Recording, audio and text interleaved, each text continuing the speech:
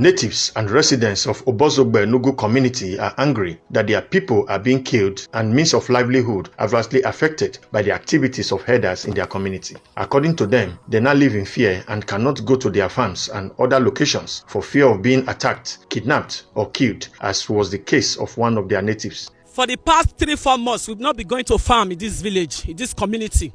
Because of what? Because of killings of our people. The killings of our indigenous every day. The herdsmen, they go to even close to the community, very, very close. They go to the pipelines, government pipeline, they lay down. That is their hiding place where they kill our people. Whenever they are going to the farm, they go there to go and attack. Recently, the one that happened in January, one of our brother was going to the farm. They caught him on the well. In the process, they used knife to stab all the body. No space they did not touch in the body of my brother. And they even used knife. They tied up the 2 legs. They tied up the two hands. And they used knife to cut the throats. They are calling on the Edo State government and relevant security agencies to come to their rescue and make their community safe. My governor, ni ma first bebona ni ma bebona ma ka mi ede na ave herdsmen na gbele ma ro ha ma ri yugbo ma ri e o ha me o ri kan igbe o ri ma wa bebona. Series of our people has been abducted by herdsmen and huge amount of money have been paid to release them, and some have been killed and raping. Some families and friends who lost their loved ones are still mourning and counting their losses. From Obozogbe community, Jonah Omowa, ITV News. Your Excellency, Senator Monday Okpebolo, the Executive Governor of Edo State. Sir, you have done well. You have been trying your best in making sure that Edo State is peaceful, is devoid of killing, kidnapping, courtesan, and even yahoo. Sir, I'm bringing your attention to this.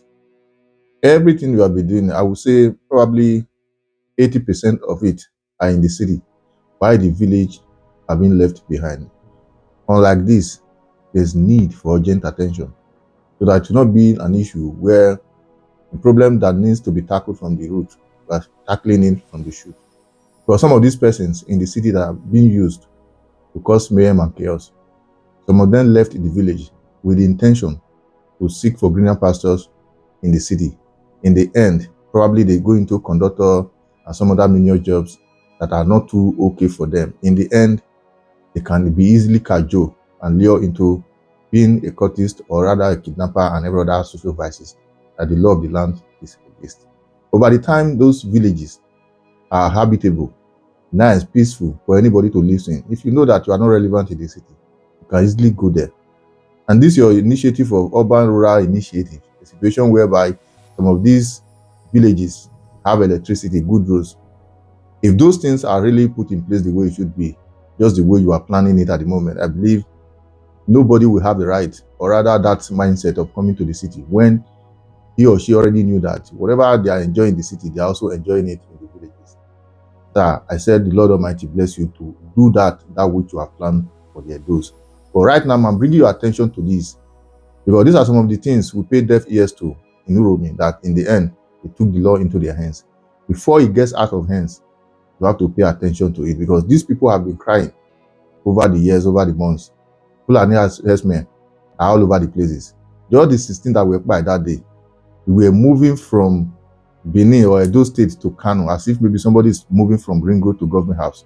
Every now and then, committee upon committee. And these people, before it gets to that elastic limit, why they might want to fight back, in order for them not to take the law into their own hands, I want to urge you once again, try as much as possible. If it is vigilante or rather mobilize police who is in charge of that division, that they have to swing into action and flush out those Fulani herdsmen, because those land doesn't belong to them. They are hiding, trying to kidnap, trying to do all sort of things just to make sure they put fear in the minds of those villagers. Are they trying to grab the land, or what are their motives? So, sir, I beg of you once again, whoever that is close to the governor, if the governor cannot see this, there's need to tell the governor to move down to all these villages, or rather give a commanding order for all security operatives to move into there. And if I may suggest, sir, Some of these villagers, they understand the land more better than some foreigners being brought in the name of security men. I would want to advise some of these villagers should be incorporated into be a vigilante or security agencies where they can have that government backing to protect their land. Because if I'm protecting mine, I'm probably from this village, and I'm being given the responsibility to protect it and being backed by law, give me the gun and every other thing just to defend the land. Believe you me, it will be very hard for a foreigner to come and defend me in my own land. And that is one advice the DSS boss once gave, that every communities to gather themselves together, organize themselves, and make sure that they form a defense that no intruder can break in. But by the time you are prepared and they came in and they couldn't penetrate you, have it at the back of your mind, they are going to leave and move to another community, which it might eventually be almost the same with the one they couldn't penetrate. So I'm advising, sir, do whatever you can in earnest, because this thing is getting out of hands. Whatever is happening in Orion as we speak is happening in Umude, it's happening in Ovia, in all parts of Edo State. I was shocked when in Delta State, almost similar thing happened. They kidnapped a doctor and the driver, and they pay 15 million naira. And in the process of asking for whatever they need, they ask them to cook rice, jollof rice, and specify what kind of food they want and drink and every other thing. And in the process as well, they also arrest somebody who was supplying them drinks in that forest that they were residing.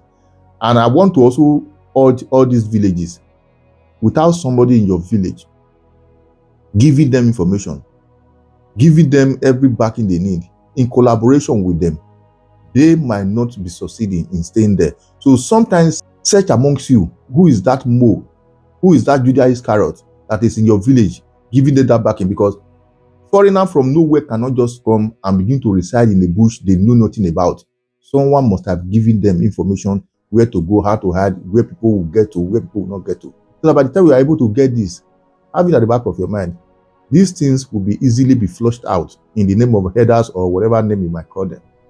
Outside that, sir, I also understand that some of the houses so far marked by you for demolition, as we speak, some top politicians are begging, making sure that they were never destroyed. Now, if this is the case, sir, that at the end of the day, you not decide to leave them alone, it means you are doing selective justice. Truth must be told. Because if, for instance, you demolish my house and another person now begged for the person, because I did not have a politician to beg for me, mine was demolished, while the other one was left alone, I might feel sad. So if you believe that the house so far marked by your demolition team, those houses were used to commit atrocities, and some of those things the law of the land against, go ahead and do justice to it. But if you are not doing it, there's need for you to tell the world the main purpose, why it was marked, why it was later left behind. Because if you didn't address it the way it should be, some persons might feel that you are just doing selective justice. You are just trying to witch on some persons. You are not doing the right thing the way it should be. These are my humble observations. Please, sir, you have to swing it to action before it's too late. Every villages in Edo State are being ransacked by fulani herdsmen. Anyway, whatever you think, drop your comment at the comment section, share and follow the page. Thank you as always.